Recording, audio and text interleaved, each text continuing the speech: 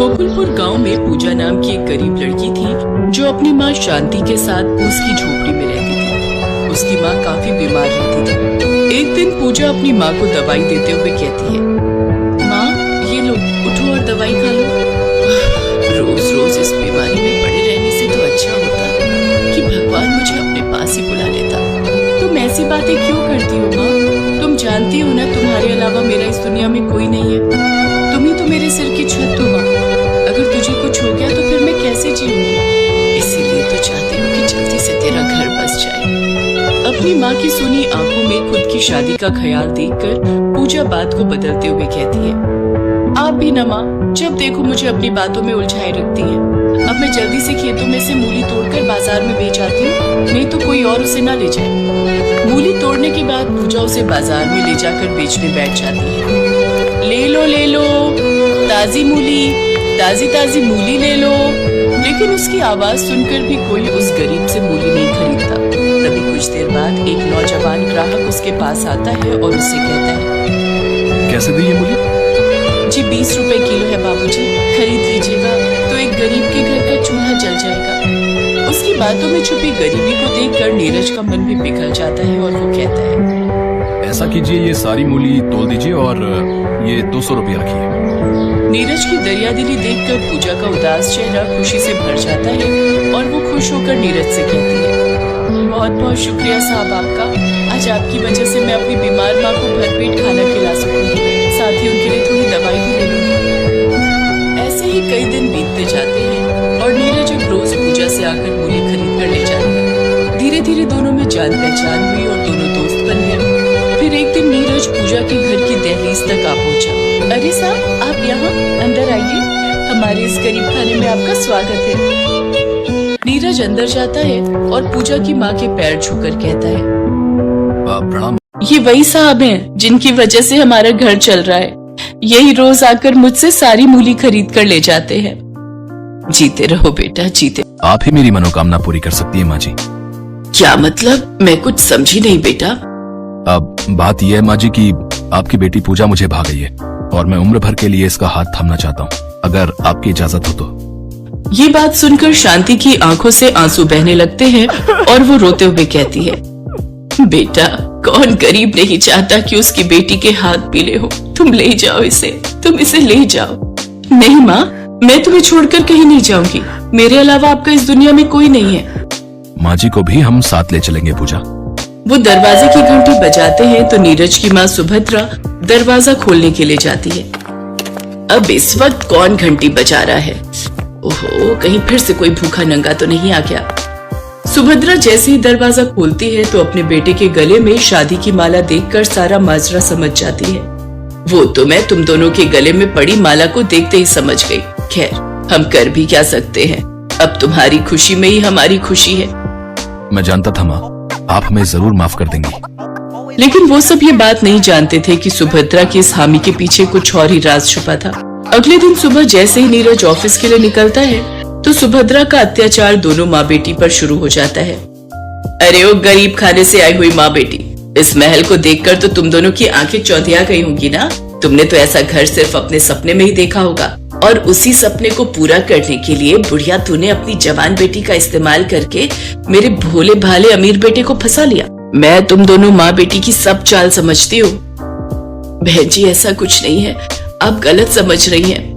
बस बस, अब नाटक बंद करो और जल्दी से काम पर लग जाओ। ए बुढ़िया, चल किचन में बर्तन पड़े उन्हें धो दे। और तू बहुरानी या नौकरानी जो भी है, जल्दी से सारे घर में झाड़ू पोछा लगा और फिर कपड़े पड़े उन्हें धो दे। लेकिन सासू माँ, मेरे होते हुए आप ये सारे काम मेरी माँ को करने के लिए क्यों कह रही हैं? वो तो पहले ही बीमार है। सुभद्रा अपनी बहू के बाल पकड़कर उसे कहती है, अच्छा, अपनी माँ पर बड़ी दया आ रही है। एक तो अपने लटके झटके दिखाकर मेरे बेटे को फांस लिया, ऊपर से दहेज के नाम पर इस बुढ़िया को अपने साथ ले आई। चलो अब दोनों जल्दी जल्दी काम करो। मैं घर का सारा काम कर लूंगी बहन जी, बस आप मेरी बेटी को परेशान मत कीजिए। फिर बेचारी शांति और पूजा दोनों काम पर लग जाती हैं। ऐसे कई दिन बीत जाते हैं। नीरज के जाते ही सुभद्रा दोनों से दिन भर काम लेती और उन दोनों पर अत्याचार करती। शांति, अरे ओ शांति, अरे कहाँ मर गई बुढ़िया? सासू माँ, आज मेरी माँ की तबीयत ठीक नहीं है, उन्हें तेज बुखार है। अगर कोई काम है तो आप मुझे बता दीजिए। अच्छा, तो वो महारानी मेरे घर में आराम फरमा रही है, अभी बताती हूँ उसे। ये कहकर सुभद्रा पानी की बोतल आराम कर रही शांति पर उड़ेल देती है। बहन जी, ये क्या तरीका है एक सोते हुए इंसान को जगाने का? चुप कर, अब तू 2 टके की बुढ़िया मुझे तरीका बताएगी? चल खड़ी हो, घर का सारा काम बाकी है और तू यहाँ घोड़े बेचकर सो रही है। बहन जी, मुझे बुखार है और मुझे चक्कर भी आ रहे हैं। आज मुझ में बिल्कुल हिम्मत नहीं है कि मैं कुछ काम कर सकूं। तुम जैसे भिखारियों की नौटंकीबाजी में अच्छे से जानती हूँ। बस बेड पर पड़े पड़े ही मुफ्त की रोटी तोड़नी है तुमने। अगर घर का काम नहीं किया ना तो भूखा मारूंगी तुम लोगों को। तुम जैसे भिखारियों की एक ईंट तक खरीदने की औकात नहीं। वो एहसान मानो मेरा जो तुम्हें इस आलीशान छत के नीचे रहने को मिल रहा है। बेचारी गरीब माँ बेटी को अपनी ऐंठ दिखाते हुए सुभद्रा वहाँ से चली जाती है और अपने कमरे में जाकर आराम से बेड पर लेटे लेटे गोंद के लड्डू खा रही होती है। सुभद्रा रोज इसी तरह उन दोनों पर किसी न किसी बहाने से अत्याचार करती रहती। इन दोनों गरीब औरतों पर कितना भी अत्याचार कर लो, लेकिन ये दोनों है कि यहाँ से खिसकने का नाम नहीं ले रही। अब मुझे अपना आखिरी दाव खेलना ही होगा। अरे बहू, कहाँ मर गई? इधर तो आ। जी माँ जी, आपने बुलाया मुझे? तूने मेरी साड़ी प्रेस किया नहीं? जी वही कर रही थी। अच्छा एक काम कर, मेरे लिए जाकर पहले किचन से 1 गिलास पानी तो ले आ। जी अभी ले आई। पूजा पानी लेकर आ ही रही होती है कि तभी सुभद्रा की जोर जोर से चिल्लाने की आवाज आती है। हे राम, इस लड़की ने तो मेरी पूरी साड़ी जला दी। लेकिन ये कैसे हो सकता है? मैं तो प्रेस बंद करके गई थी। अच्छा, तो तू क्या कहना चाहती है? इसे क्या मैंने जलाया है? रुक अभी बताती हूँ तुझे।